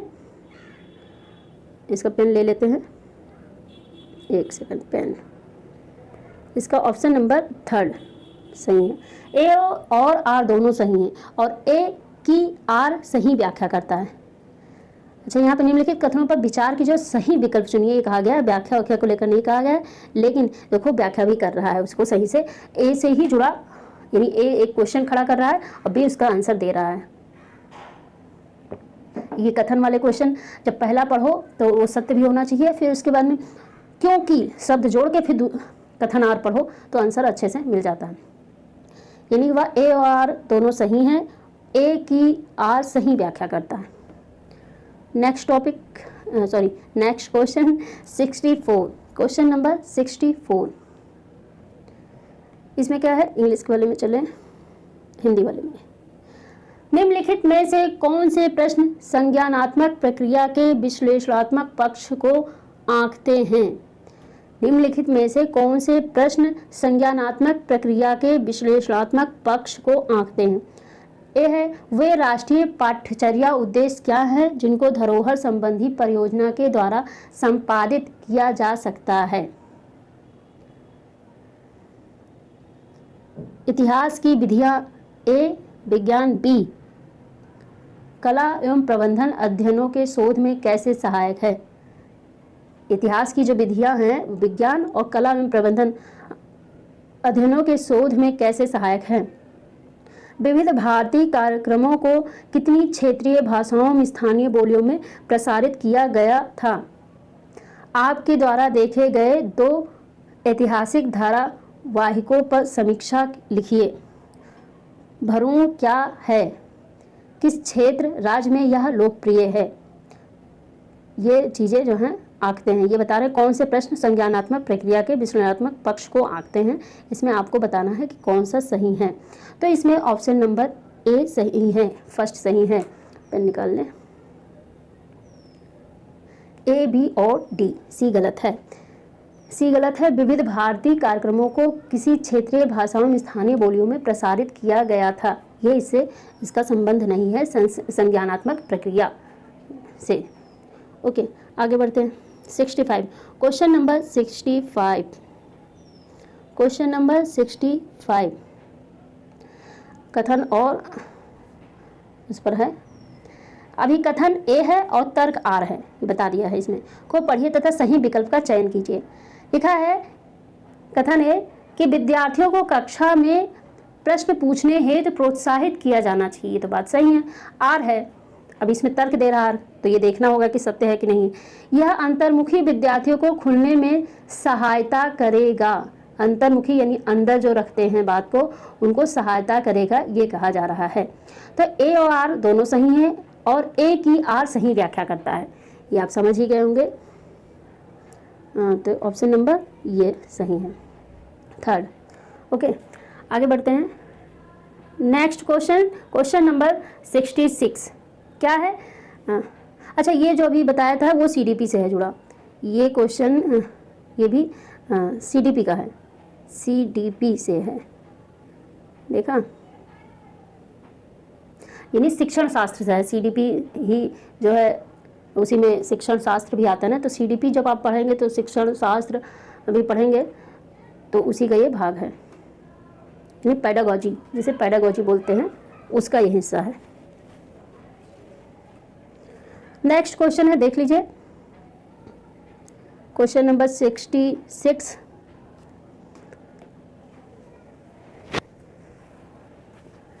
क्वेश्चन है, निम्नलिखित में से क्या एक परियोजना कार्य जिससे छात्रों को प्रामाणिक वास्तविक दुनिया की समस्या समाधान के द्वारा अर्जित किया जा सकता है? ये भी पेडागोजी का क्वेश्चन है। लिखा है ऑप्शन नंबर, कथन दिया है जो उन्होंने दिया है, रचनात्मकता और नवीनता में वृद्धि, सहयोग और टीम वर्क को बढ़ावा देना, समालोचनात्मक सोच कौशल का विकास, विषयी ज्ञान और कौशल में सुधार। तो इसका जो सही आंसर होगा वो होगा थर्ड, समालोचनात्मक सोच कौशल का विकास होगा इससे। आगे बढ़ते हैं। नेक्स्ट क्वेश्चन, क्वेश्चन नंबर है 67। अब आगे हम लोग पॉलिटिकल साइंस की तरफ।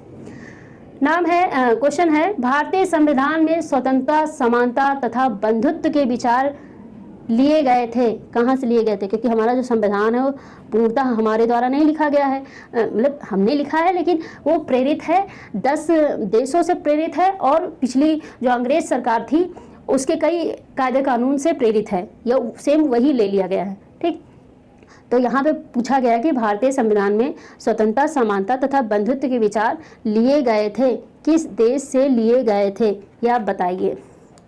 तो इसका होगा आंसर नंबर, ऑप्शन होगा, पेन निकाले, फ्रांसीसी क्रांति से। किस क्रांति से? फ्रांसीसी क्रांति से। सबसे पहले क्रांति कहाँ शुरू हुई थी? फ्रांसीसी क्रांति से स्वतंत्रता, समानता तथा बंधुत्व के विचार। नेक्स्ट क्वेश्चन, हाँ ये लिख दे यहाँ पे कि ये है पॉलिटिकल साइंस पी। आगे बढ़ते हैं। क्वेश्चन नंबर 68, यहाँ भी पॉलिटिकल साइंस आ गया। चलो, आया तो मेरा सेकंड फेवरेट सब्जेक्ट। निम्न में से कौन से विकल्प निष्पक्ष सुनवाई के मूलभूत तत्व हैं? निम्नलिखित में से कौन से विकल्प जो हैं वो निष्पक्ष सुनवाई के मूलभूत तत्व हैं, ये बताना है। तो इसका है ऑप्शन, पढ़ते हैं जो क्वेश्चन है पूरा। मुकदमा जनता के सामने खुली अदालत में चलाया जाता है। आरोप पत्र और अभियोजन पक्ष द्वारा पेश किए गए सभी साक्ष्यों की एक प्रति आरोपी को दी जाती है। बचाव पक्ष के वकील को अभियोजन पक्ष की ओर से पेश किए गए सारे गवाहों से जिरह करने का मौका नहीं दिया जाता है। न्यायाधीश अदालत के सामने वकीलों द्वारा दिए गए कथनों के आधार पर फैसला करते हैं। तो इसमें ऑप्शन होगा थर्ड, फर्स्ट होगा, सॉरी, केवल ए, बी तथा डी, सी नहीं है। सी क्या लिखा है? बचाव पक्ष के वकील को अभियोजन पक्ष की ओर से पेश किए गए सारे गवाहों में जिरह करने का मौका नहीं दिया जाता है। ये गलत है और ये सारे याद रखना। मुकदमा जनता के सामने खुली अदालत में चलाया जाता है। आरोप पत्र और अभियोजन पक्ष द्वारा पेश किए गए सभी साक्ष्यों की एक प्रति आरोपी को दी जाती है, जो आरोप पत्र होता है उसका, और जो साक्ष्य मिलते हैं वो सब दे दी जाती है। न्यायाधीश अदालत के सामने वकीलों द्वारा दिए गए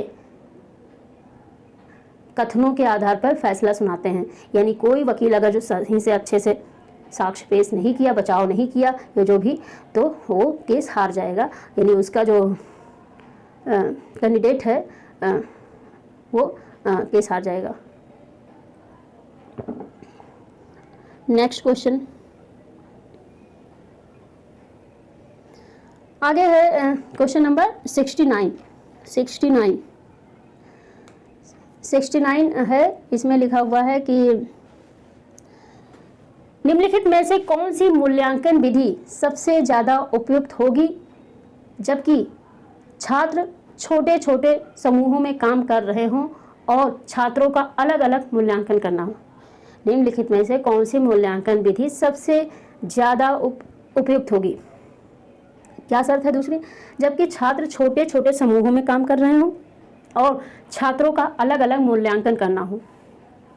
तो इसमें लिखा है रूबिक्स, बहुविकल्पीय प्रश्न, मौखिक प्रस्तुतिकरण, पोर्टफोलियो, ये सारे हैं। तो इसमें ऑप्शन में सी तथा डी, ए तथा बी और बी तथा सी। तो ये जो ऑप्शन दिए हैं इसमें से कोई भी ऑप्शन नहीं सही है। ठीक, इसलिए इस आंसर का जो इस क्वेश्चन का नंबर सबको दे दिया गया था वैसे ही। नेक्स्ट क्वेश्चन 70 लिखा है भारत के किस क्षेत्र में आदिवासी समुदायों की सघनता सबसे अधिक है? यानी सबसे ज्यादा कहाँ वो हैं, रहते हैं। भारत के किस क्षेत्र में आदिवासी समुदायों की सघनता सबसे अधिक है? पूर्वी भारत, हिस्सा बताया गया पूरब, पश्चिम, उत्तर, दक्षिण। तो मैप के द्वारा थोड़ा इसको बताते हैं, आप ऐसे याद रखिएगा, समझ लो ये भारत है, उत्तर, दक्षिण, पूरब, पश्चिम। तो जो आदिवासी हैं जिनको जनजातीय भी बोल देते हैं, लेकिन आज अब नहीं बोला जाता है, आदिवासी शब्द यूज किया जाता है, तो वो पूर्वी भारत यानी इधर जहाँ मेघालय और इस साइड में क्या कह रहा था, बंगाल भी है, पश्चिम बंगाल, असम, त्रिपुरा, ये सारे क्षेत्र जो हैं यहाँ पे सबसे ज़्यादा सघनता यानी सबसे ज़्यादा संख्या उनकी है। Okay, next. हाँ, तो इसमें टिक लगा दे पूर्वी भारत। तो हम लोग मैप को ऐसे ही रफली बना के ही समझ के करेंगे। सोचे पूरा मैप याद रहे ऐसे तो वो पॉसिबल नहीं है। Next question 71। वीडियो लॉन्ग होती जा रही है, खैर करना तो पूरा ही है। सामाजिक विज्ञान पाठ्यचर्या में अनेकत्व की संकल्पना को निम्नलिखित में से कौन सा कथन सटीकता से दर्शाता है? सही विकल्प का चयन करें, सही विकल्प का चयन करें, ये पूछा गया है। क्वेश्चन नंबर 71 क्या बताया गया है? सामाजिक विज्ञान पाठ्यचर्या में अनेकत्व की संकल्पना को निम्नलिखित में से कौन सा कथन सटीकता से दर्शाता है? सामाजिक विज्ञान से कुछ, ये भी पेडागॉजी का क्वेश्चन है। सामाजिक विज्ञान से कुछ परिप्रेक्ष्यों का निष्कासन, सामाजिक विज्ञान पाठ्यचर्या सामग्री में कठिन भाषा का उपयोग, एकल विचारधारा की प्रमुखता, अनेक परिप्रेक्ष्यों और विविध दृष्टिकोणों को सम्मिलित करना। तो क्या सही है, सटीकता को दर्शाता है? ये ऑप्शन नंबर 4। अनेक परिप्रेक्ष्यों और विविध दृष्टिकोण से इतिहास लिखे जाते हैं, कोई एक दृष्टिकोण से नहीं लिखा गया है, मतलब पाठ्यचर्या नहीं तैयार किया गया है। और अगला नेक्स्ट क्वेश्चन 72। कथन ए और बी पर विचार कीजिए और सही विकल्प चुनिए। कथन ए और बी पर विचार कीजिए और सही कथन चुनिए। क्या है 72? एक सेकेंड, क्वेश्चन नंबर 72 में है कि प्राकृतिक विज्ञान सामाजिक विज्ञान से श्रेष्ठ है और यह होनहार विद्यार्थियों का क्षेत्र है। और बी कथन है, सामाजिक विज्ञान सामाजिक, सांस्कृतिक और विश्लेषणीय कौशलों को प्रदान करने के लिए आवश्यक है, जो वर्धमानीय स्वतंत्र विश्व में समन्वय बैठाने के लिए आवश्यक है। तो इसमें है जो कथन ए है वो असत्य है, किंतु बी सत्य है। ए असत्य है। क्या लिखा है, प्राकृतिक विज्ञान सामाजिक विज्ञान से श्रेष्ठ है, जो यह होनहार विद्यार्थियों का क्षेत्र है, इसलिए ये कथन गलत है। आप इतना समझ सकते हैं कि कैसे, और ये ऑप्शन ये सही हुआ। नेक्स्ट क्वेश्चन 73, क्वेश्चन नंबर 73 क्या है, हिंदी इसका समझते हैं। हिंदी पहले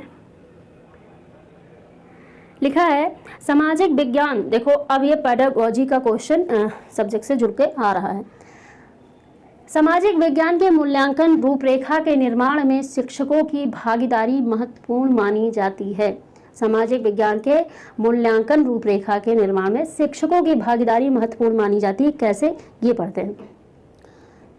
समसामयिक घटनाओं और प्रचलित परिवर्तनों को समाकलित करने के लिए पाठ्यचर्या और मूल्यांकन को केवल विषय केंद्रित बनाने एवं पाठ्यचर्या के दायरे को सीमित करने के लिए केवल शिक्षकों को एक संसाधन के रूप में इस्तेमाल कर समय, श्रम और धन की बचत करने के लिए शिक्षक के अनुभवों के इस्तेमाल के द्वारा शिक्षकों के स्तर के अनुरूप आवश्यक परिवर्तन करने के लिए सही विकल्प का चयन करो। तो जो विकल्प दिए हैं 1 2 3 4, इसमें बताना है कि कौन सा विकल्प सही है। तो विकल्प जो है केवल ए सही है, क्योंकि इसमें सिर्फ ए बात ही सत्य है। सामाजिक विज्ञान के मूल्यांकन रूपरेखा के निर्माण में शिक्षकों की भागीदारी महत्वपूर्ण मानी जाती है, क्योंकि समसामयिक घटनाओं और प्रचलित परिवर्तनों को समाकलित करने के लिए। बस। नेक्स्ट क्वेश्चन 74, क्वेश्चन नंबर 74 इसमें है सामाजिक विज्ञान की, अब बताने की जरूरत नहीं, इसमें भी पेडागोजी ही इसमें आ रही है। ठीक, सामाजिक विज्ञान की प्रकृति के संबंध में निम्नलिखित कथनों अभिकथन ए और तर्क आर पर विचार कीजिए तथा सही विकल्प का चयन कीजिए। अभिकथन क्या है, स्टेटमेंट क्या है, सामाजिक विज्ञान ने तथ्यों से वस्तुगत एवं क्रमबद्ध मार्ग से निपटने हेतु अपनी स्वयं की विशिष्ट विधियां विकसित की हैं। और तर्क उसी का क्या दिया है, प्राकृतिक विज्ञान से भिन्न सामाजिक विज्ञान में लोकप्रिय भावनाओं के दबाव से तथ्यों के अवलोकन तथा विश्लेषण को पृथक करना कठिन है, ये बताया जा रहा है। तो इसमें कौन सा ऑप्शन सही है, ये है थर्ड ऑप्शन। ए और आर दोनों सही है तथा आर ए की सही व्याख्या कर रहा है। अभी हमने क्या कहा था, क्योंकि लगा देते। जैसे कथन पढ़ा, सामाजिक विज्ञान ने तथ्यों से वस्तुगत एवं क्रमबद्ध मार्ग से निपटने हेतु अपने स्वयं की विशिष्ट विधियां विकसित की हैं, क्योंकि प्राकृतिक विज्ञान से भिन्न सामाजिक विज्ञान में लोकप्रिय भावनाओं के दबाव में तथ्यों के अवलोकन एवं विश्लेषण को पृथक करना कठिन है। हो गया। नेक्स्ट क्वेश्चन 75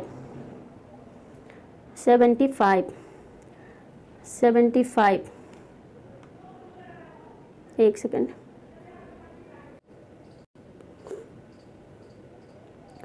नेक्स्ट क्वेश्चन है लोकतंत्र को दर्शाने हेतु, नेक्स्ट क्वेश्चन है 75, लोकतंत्र को दर्शाने हेतु निम्नलिखित में से किसका प्रयोग किया जा सकता है।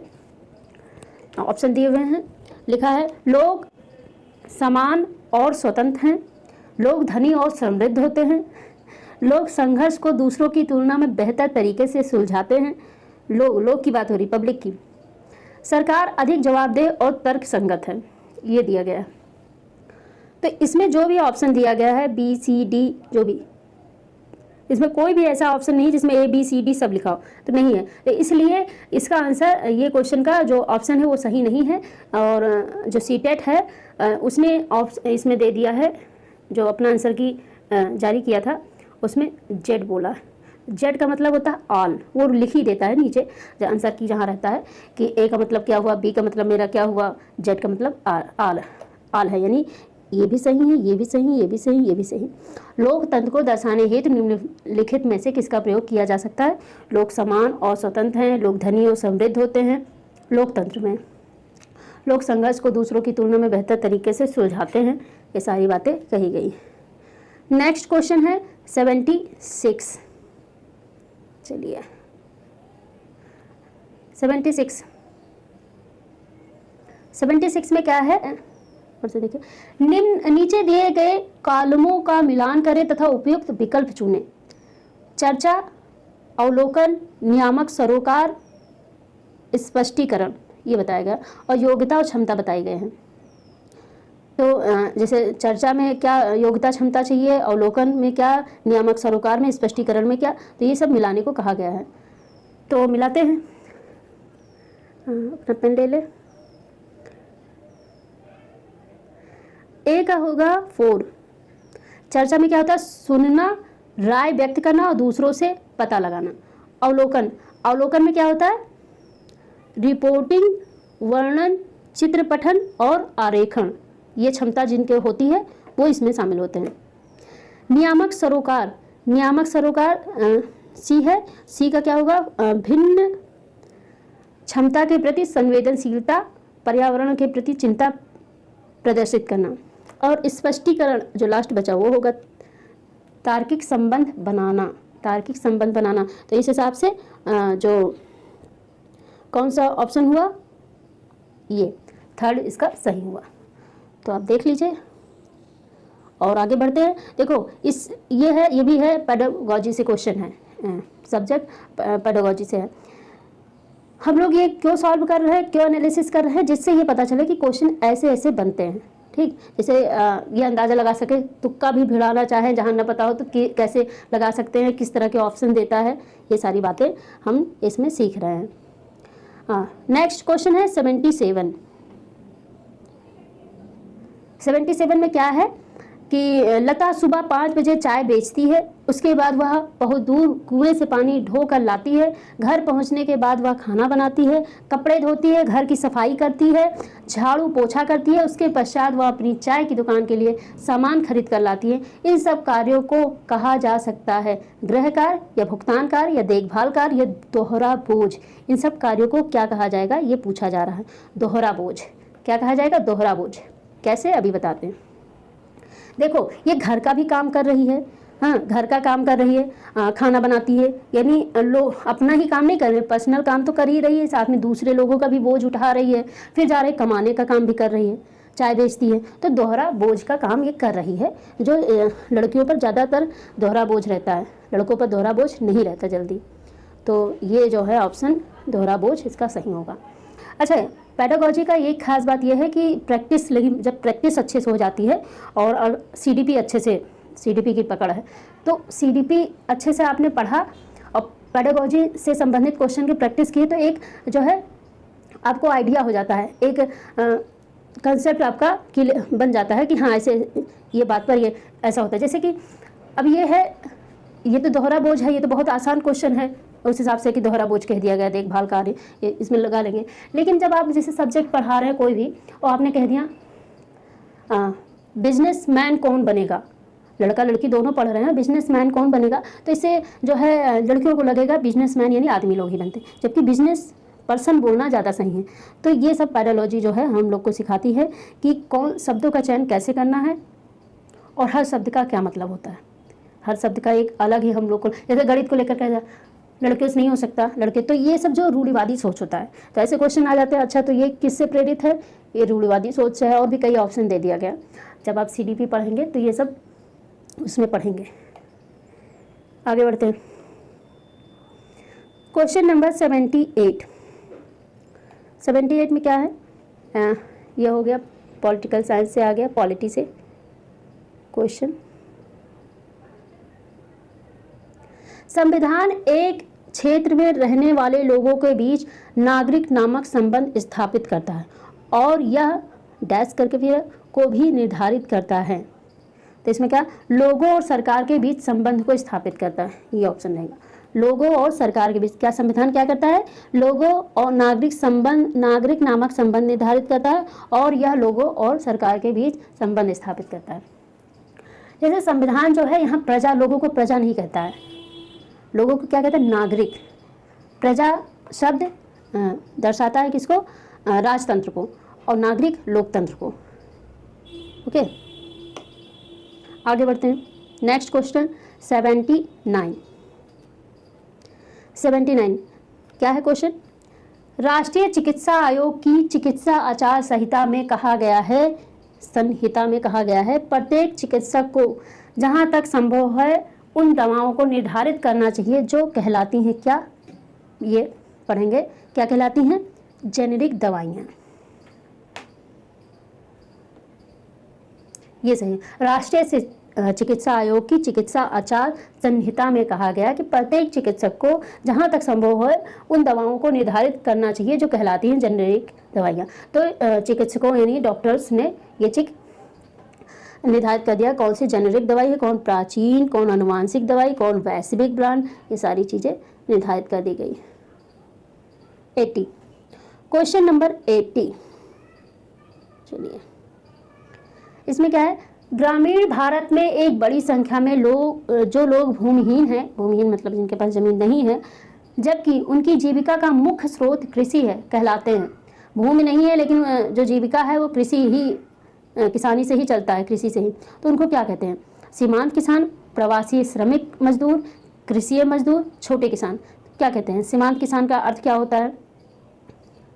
सीमांत किसान का क्या होता है? ये कृषि मजदूर कहलाते हैं। अभी सारे शब्दों का मतलब बता। भूमि में सीमांत किसान जिनका बहुत कम किसानी हो, सीमांत किसान में आते हैं। जो 5 बीघा से कम जिनकी ज़मीन होती है वो सीमांत किसान में आते हैं। प्रवासी श्रमिक मजदूर वो जो दूसरी जगह से आते हैं, दूसरी जगह किसानी करने। छोटे किसान जिनकी छोटी भूमि हो। लेकिन भूमिहीन किसान की बात हो रही है, जिनका भूमि ही नहीं हो, कृषि काम कर रहे हैं, कृषि मजदूर कहलाते हैं, किसान नहीं कहलाते हैं। क्या ऑप्शन नंबर 4 होगा इसका? एक सेकंड, ऑप्शन भी दिया, चलो देखा नहीं मैंने। बी और सी मजदूर, यानी ये और ये सही है, मजदूर कहलाते हैं। अगर ये ऑप्शन ना दिया होता, ये मान लिया ये ऑप्शन इस टाइप का ना दिया होता, सिर्फ ऐसे कहा जाता, तो हम इसी पर टिक लगाते हैं। आगे बढ़ते हैं। Question number 81।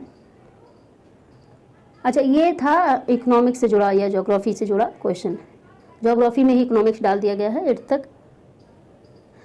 भेदभाव विषय पर चर्चा करने के लिए निम्नलिखित में से कौन सा संसाधन प्रासंगिक है? भेदभाव विषय पर चर्चा करने के लिए निम्नलिखित में से कौन सा संसाधन प्रासंगिक है? B.R. अम्बेडकर के भारत लौटने के पश्चात रहने हेतु स्थान ढूंढने के अनुभवों का वृतांत। एक विज्ञापन में कपड़े धोते हुए महिला को दर्शाना। अशोक के अभिलेखों की लिपि। मानव अधिकारों की वैश्विक घोषणा। ये बताया गया।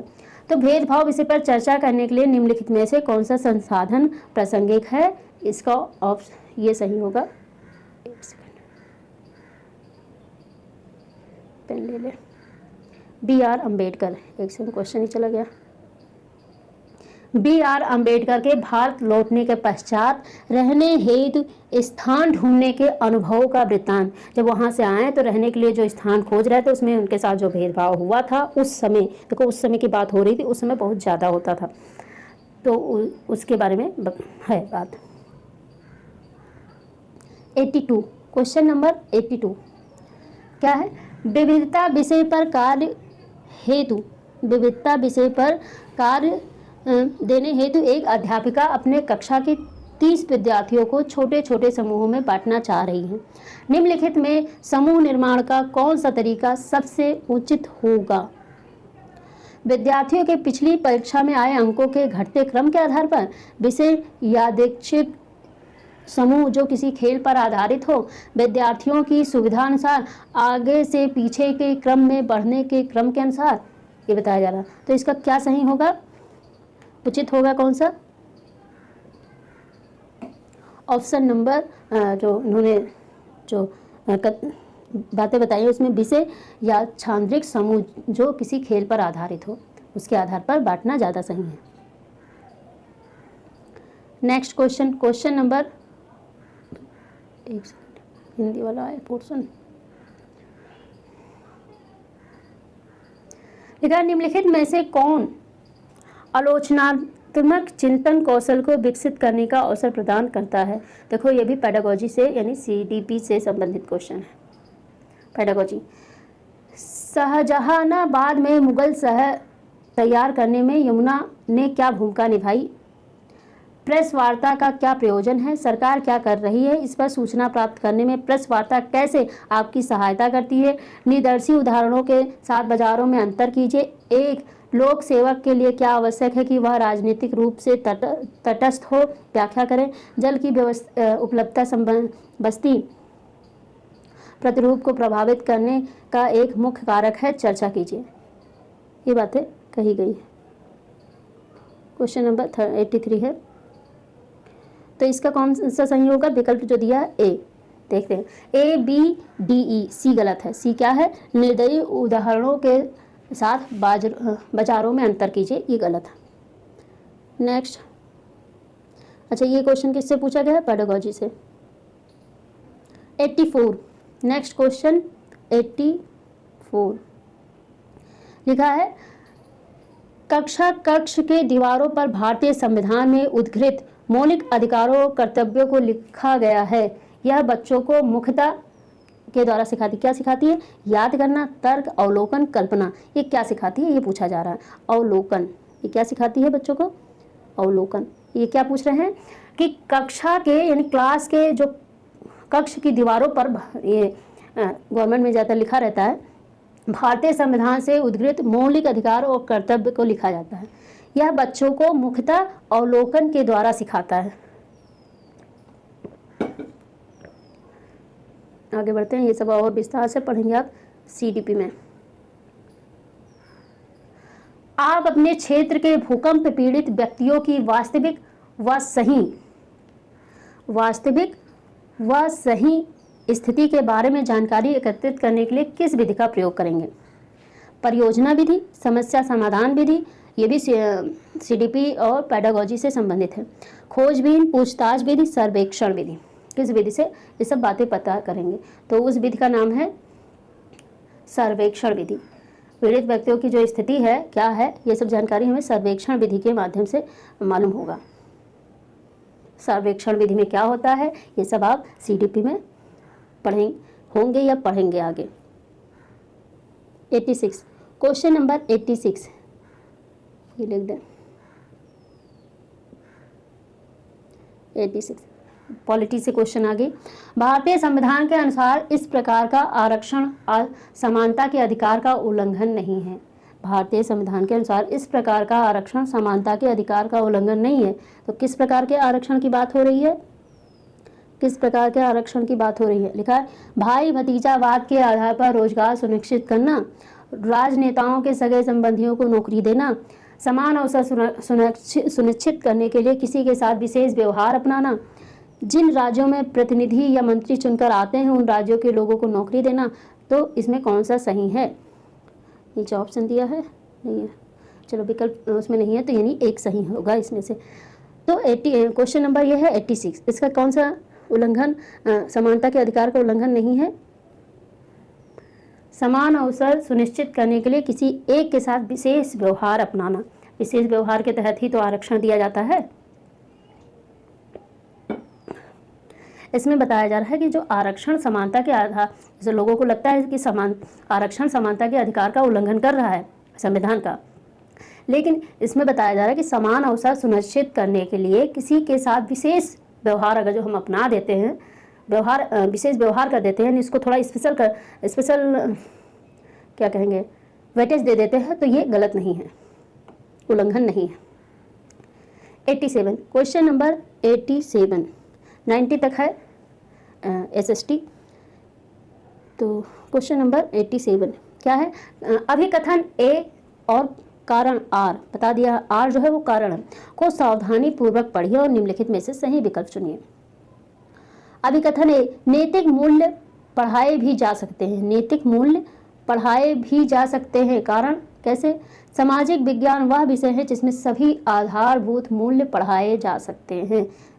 सामाजिक विज्ञान वह आधारभूत मूल्य पढ़ाए जा सकते हैं। तो इसमें क्या सही है ये बताना है। तो इसमें जो है ये सही है, ए सत्य है, नैतिक मूल्य पढ़ाए भी जा सकते हैं, बात सही है, नैतिक मूल्य पढ़ाए भी जाते हैं, सबने मॉरल बुक पढ़ा होगा। और किंतु आर असत्य है, यानी कारण जो बताया गया नैतिक मूल्य पढ़ाए भी जा सकते हैं, क्योंकि मैंने कहा था जोड़ के फिर आगे आर पढ़ते हैं। सामाजिक विज्ञान वह विषय जिनमें सभी आधारभूत मूल्य पढ़ाए जा सकते हैं, तो ऐसा नहीं है। नेक्स्ट 88, क्वेश्चन नंबर 88 क्या लिखा है, निम्नलिखित में से कौन सी, अच्छा वो भी पॉलिटी से क्वेश्चन था, निम्नलिखित में से कौन सी स्थिति किसी विद्यालय में लिंग तटस्थ वातावरण का उदाहरण है। ये स्थिति जो अभी हमने बताया था आगे क्वेश्चन में, लड़कियों के एक समूह द्वारा रंगोली बनाना, लड़कों के एक समूह द्वारा वार्षिकोत्सव में मदद करना, लड़कियों के समूह द्वारा नृत्य प्रतियोगिता की तैयारी करना, लड़कों के समूह द्वारा अतिथियों के लिए जलपान की व्यवस्था। तो ये बता रहे हैं इसमें इन सब बातों में जो डी तक है, इसे डी तक, इन सब लिंग तटस्थ वातावरण कौन बता रहा है, ये कहा जा रहा है कि लिंग तटस्थ कौन बता रहा है। ओके, एक सेकंड पेन ले लें। बी तथा डी कौन सा, लड़कों के समूह द्वारा वार्षिकोत्सव में मदद करना और लड़कों के समूह द्वारा अतिथियों के लिए जलपान की व्यवस्था करना। यानी कि वो रंगोली बनाने में मदद नहीं कर रहे हैं, वो नृत्य में भाग नहीं ले रहे हैं, बस ये काम कर रहे हैं। इससे पता चलता है लिंग तटस्थ वातावरण का माहौल है, यहाँ पे लिंग के आधार पर काम दिया गया। 89, नेक्स्ट क्वेश्चन 89, इसमें क्या है, सामाजिक विज्ञान की शिक्षिका बच्चों को अपनी कक्षा के लिए नियम बनाने को कहती है और ये नियम एक चार्ट पेपर पर लिखे जाते हैं। सभी बच्चे इन नियमों के पालन की सहमति देते हैं। यह चार्ट कक्षा में चिपका दिया जाता है ताकि छात्र इसे संदर्भ के तौर पर प्रयोग में ला सकें। इस गतिविधि को निम्न में से किस संप्रत्यय को पढ़ाने हेतु प्रारंभिक गतिविधि के रूप में लिया जा सकता है। तो क्या है ये प्रजातंत्र। ये किस में लिया जा सकता है, ये प्रजातंत्र। सामाजिक विज्ञान की शिक्षिका चिपकाती है ताकि छात्र इसे संदर्भ के तौर पर प्रयोग में ला सके। इस गतिविधि को निम्न में से किस संप्रत्यय कॉन्सेप्ट को पढ़ाने हेतु प्रारंभिक गतिविधि के रूप में लिया जा सकता है, प्रजातंत्र। नेक्स्ट और लास्ट क्वेश्चन है, नैदानिक मूल्यांकन का प्रयोजन उद्देश्य है। नैदानिक, the purpose of diagnostic evaluation is to. नैदानिक मूल्यांकन का प्रयोजन उद्देश्य है तो विद्यार्थियों के लक्षणों के बारे में सूचना प्राप्त करना, विद्यार्थियों के पूर्व ज्ञान के बारे में जानना, विद्यार्थियों को श्रेणियों में वर्गीकृत करना, विद्यार्थियों को आंकना। तो नैदानिक मूल्यांकन यानी डायग्नोस्टिक मूल्यांकन में जो आता है वो आता है ए और बी, यानी विद्यार्थियों के लक्षणों के बारे में सूचना प्राप्त करना, विद्यार्थियों के पूर्व ज्ञान के बारे में जानना। तभी तो हम डायग्नोस्ट कर पाएंगे। जैसे डॉक्टर भी तो क्या करता है कि बीमारी का लक्षण पूछता है, देखता है और ये कब से हुआ ये भी पूछता है। तो ये चीज़ें हुई। तो ये जो है आगे लैंग्वेज है उस पर अलग वीडियो बनाएंगे और SST कंप्लीट हो गया। आई होप आप लोग को एनालिसिस करने में मज़ा आया होगा और ये समझ में आ गया होगा कि क्वेश्चन किससे ज़्यादा पूछा जा रहा है। तो SST में देखो सबसे पूछा गया, सबसे ज़्यादा हिस्ट्री ज्योग्राफी से पूछा गया और पेडागोजी तो भर भर के आया है।